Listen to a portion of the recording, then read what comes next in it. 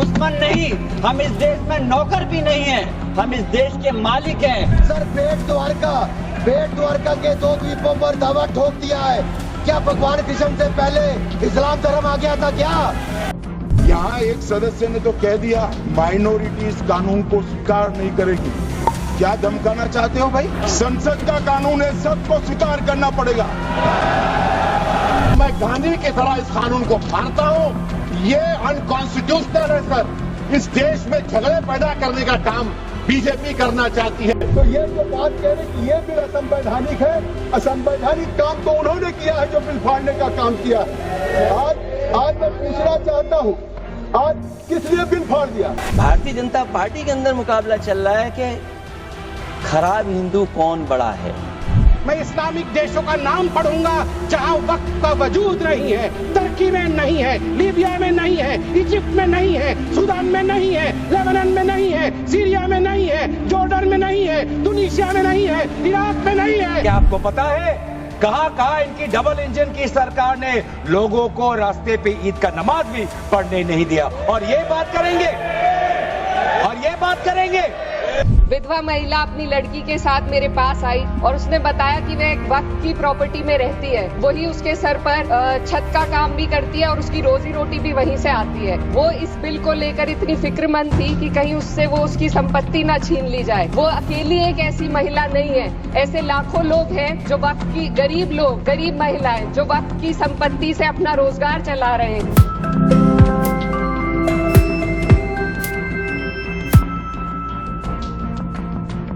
दोस्तों, ये एक नया इंडिया है। ये वो नया इंडिया है जो बेसिकली जिसका ख्वाब नरेंद्र मोदी, बीजेपी और उनकी पार्टी ने देखा है।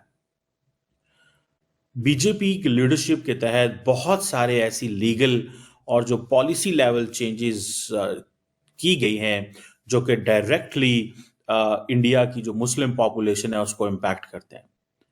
आप देखें, ट्रिपल तलाक बैन जो था, जिसको जो क्रिमिनलाइज किया गया, जो इंस्टेंट डिवोर्स थी, यानी कि आप ये समझ लें कि अगर आपने इंस्टेंट डिवोर्स दी तो ये क्रिमिनलाइजेशन है। इसी तरह all India Muslim personal law board जो है उसने इसको अपोज किया, मुखालफत की, लेकिन कोई मसला नहीं है। इसी तरह यूनिफॉर्म सिविल कोड जो है उसमें तब्दीलियां की गई। इस तरह वक्फ बोर्ड रिफॉर्म्स 2013 में भी की गई, जब जो गवर्नमेंट की जो स्ट्रेंथ है, जो गवर्नमेंट का जो कंट्रोल है, वो वक्फ की प्रॉपर्टीज के ऊपर कर दिया गया। इसी तरह सिटीजनशिप एंड जिसे एनपीआर एंड एनआरसी, जब सिटीजनशिप अमेंडमेंट एक्ट आया, इस तरह के जो मसले मसाइल बने। आगे आप देखें कि जो नेशनल रजिस्ट्रार ऑफ सिटीजन्स था उसके ऊपर मसले बने। एंटी कन्वर्जन लॉज, ये जो लव जिहाद था, बहुत कुछ इंडिया ने चेंज किया। इवन के कहा ये गया है कि जैसे हिजाब एंड रिलीजियस जो बैन है, फॉर एग्जांपल कर्नाटका के अंदर हिजाब बैन किया गया स्कूल कॉलेजेस के अंदर, जिसको इंडिया की सुप्रीम कोर्ट ने अब होल्ड किया। आप इससे अंदाज़ा लगाएं कि फिर इसी तरह जो बहुत सारी जो डिमोलिशन ड्राइव हुई, आपने सुना होगा, बुलडोजर जस्टिस के नाम से चीज़ें जो हैं वो की गई। बहुत कुछ नरेंद्र मोदी की सरकार में हुआ। ये एक नया इंडिया है। वो लोग जो नहीं समझते उनको ये समझना चाहिए कि बेसिकली ये जो वक्फ बोर्ड जो है, जो इंडियन गवर्नमेंट ने बहुत सारी लीगल चेंजेस किए हैं वक्फ बोर्ड के अंदर पिछले कुछ सालों में, पर्टिकुलरली ये आपको बताता चलूं, ये वक्फ एक्ट 1995 था। अब जो वक्फ एक्ट फिर अमेंडमेंट की 2013 में, और कहा यह जा रहा है कि जो तब्दीलियां की गई हैं वो सेंट्रल वक्फ काउंसिल जो है उसको स्ट्रेंथन किया गया, जिसमें जो वक्फ की जो सुपरवाइज करने की जो पावर है उसको इन्हेंस किया गया। एनुअल ऑडिट्स जो हैं वो मैंडेटेड कर दी गई हैं, रिपोर्ट पार्लियामेंट में आएगी। एनक्रोचमेंट नहीं की जा सकती। जो अनऑथराइज्ड ऑक्यूपेशन जो थी कि जी जो वक्फ लैंड जो है वो, जिसे वो कहते हैं ना, उसको उन्होंने एक ऑफेंस के तौर पे चीज़ें की हैं कि आप ये नॉन बेलेबल ऑफेंस है अगर आप ज़मीनें जो हैं वो लेंगे, अपने साथ ऐड कर लेंगे, जिसमें 3-3 साल की सजाएं दी गई हैं। اسی طرح ڈیجیٹلائزیشن کی ٹرانسپیرنسی وہ کہہ رہے ہیں لے کے آنا چاہتے ہیں. وقف کا جو ریکارڈ ہے اس کی پراپرٹیز کو ہم جو ہے وہ جسے کہتے ہیں نا ریکارڈ میں لے کے آنا چاہتے ہیں, ڈیجیٹلائزیشن چاہتے ہیں. اسی طرح یہ سمجھ لیں کہ جتنے بھی جو وقف پراپرٹیز ہیں وہ اس کا جو پبلک جو ڈیٹا بیس ہے وہ مینٹین کیا جائے گا. اب فار ایگزامپل جو وقف جو بورڈز ہیں وہ 30 سال تک جو اپنی پراپرٹیز ہیں وہ لیز پہ دے سکتے ہیں, پہلے یہ 3 سال تک تھی. سو اس میں وقف کے ایسٹس ہوں گے, بڑھیں گے یا ان کو فائدہ ہوگا. ڈسپیوٹ ریزولوشن جیسے ایشوز جو ہیں وہ اس قانون کے اندر چینج کیے جا رہے ہیں. اب جو میں بہت سارے لوگ انڈیا کے اندر اس پہ شور کر رہے ہیں, اس کے اوپر بھی آتا ہوں کہ کون کون شور کر رہے ہیں, اور اس پہ بھی سمجھ جائیں کہ یہ ایک نیا انڈیا ہے. یہ وہ انڈیا ہے جس میں وہ جسے کہتے ہیں نا جس انداز سے, اور دوسرا ان کے پاس میجورٹی ہے. مجھے سمجھ نہیں آ رہی کہ ایک گورنمنٹ ایک قانون بنانا چاہتی ہے اور اس کے پاس ان کے لیے میجورٹی موجود ہے, تو وہ کیوں اپنا قانون نہیں بنا سکتے؟ وہ کیوں اپنی چیزیں اپنے کنٹرول میں نہیں لے سکتے؟ یہ ایک سوال ہے کہ نہیں ہے. اب فار ایگزامپل جسے وہ کہتے ہیں نا کہ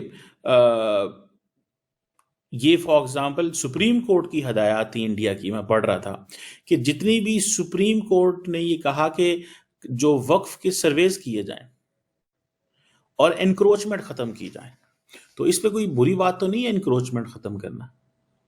انکروچمنٹ ختم کرنا بری بات تھوڑی ہے کہ بری بات ہے, مجھے تو نہیں لگتا یہ کوئی بری بات ہے. اور اسی طرح جو وقف بورڈ ہے وہ کہتے ہیں کہ جی یہ جو وقف بورڈ ہے یہ جو ڈسپیوٹیڈ ریلیجیس سائٹس ہیں اس کے اوپر اونرشپ نہیں کلیم کر سکتے. بیسیکلی کئی معنوں میں انہوں نے ان کی پاورز کو کم کیا ہے کہ یہ ہر جگہ پہ انکروچ کر جاتے تھے. جو وقف والے تھے, جو وقف بورڈ جو ہے یہ ہر جگہ پہ کنٹرول کر جاتے تھے. اب پہلے یہ تھا کہ ان کی دیکھیں وہ اب آ گیا نا, اس ریلیجیس جب نام آتا ہے تو آپ کو کمپلیٹ اتھارٹی ہے, آپ کو کمپلیٹ اتھارٹی ہے. اب انکروچمنٹ کوئی بھی کر لے مذہب کے نام پہ. میں پاکستان میں بھی ایسی بہت ساری جگہیں ہیں جہاں پہ وہ جی مسجد بنا دی اور اس کے اوپر حکومت کو, پھر حکومت کیا کرے, اگر آپ اس جگہ سے مسجد کو ختم کریں گے تو شور مچ جاتا ہے. اچھا یہاں پہ تو مسجد تھی اور تم نے کیا کیا. تو یہ جو حکومت بھارت کی حکومت کر رہی ہے, جو میں نے اس کو تھوڑا سٹڈی کیا, اب فار ایگزامپل ریکارڈ کو ڈیجیٹلائز کرنا کوئی بری چیز تھوڑی ہے, ٹرانسپیرنسی کو بری چیز ہے اگر ایک سوال کیا جائے. اور اس میں اس کے اندر مسلمانوں کے اندر بھی تقسیم ہے. مثال کے طور پہ جو جمعیت علماء ہند ہے اور آل انڈیا مسلم پرسنل لا بورڈ جو ہے, انہوں نے کہا ہے کہ یہ جو اینٹی انکروچمنٹ لاز ہونے چاہیے اور ڈیجیٹائزیشن بھی ہونی چاہیے. مجھے لگ رہا ہے یہ بیسیکلی یہ درگاہیں اور اس طرح کی چیزیں, 2 طرح کے یہ اسکول آف تھاٹس ہیں مسلمانوں کے اندر. ادھر پاکستان میں اندر یہ بھی چیزیں ہیں. جو سیاسی مذہبی جماعتیں ہوتی ہیں اگر ان کا تعلق تھوڑا سا دیوبند اور ان جو اسکول آف تھاٹ سے ہو تو وہ اس طرح کے چیزوں میں نہیں پڑتے.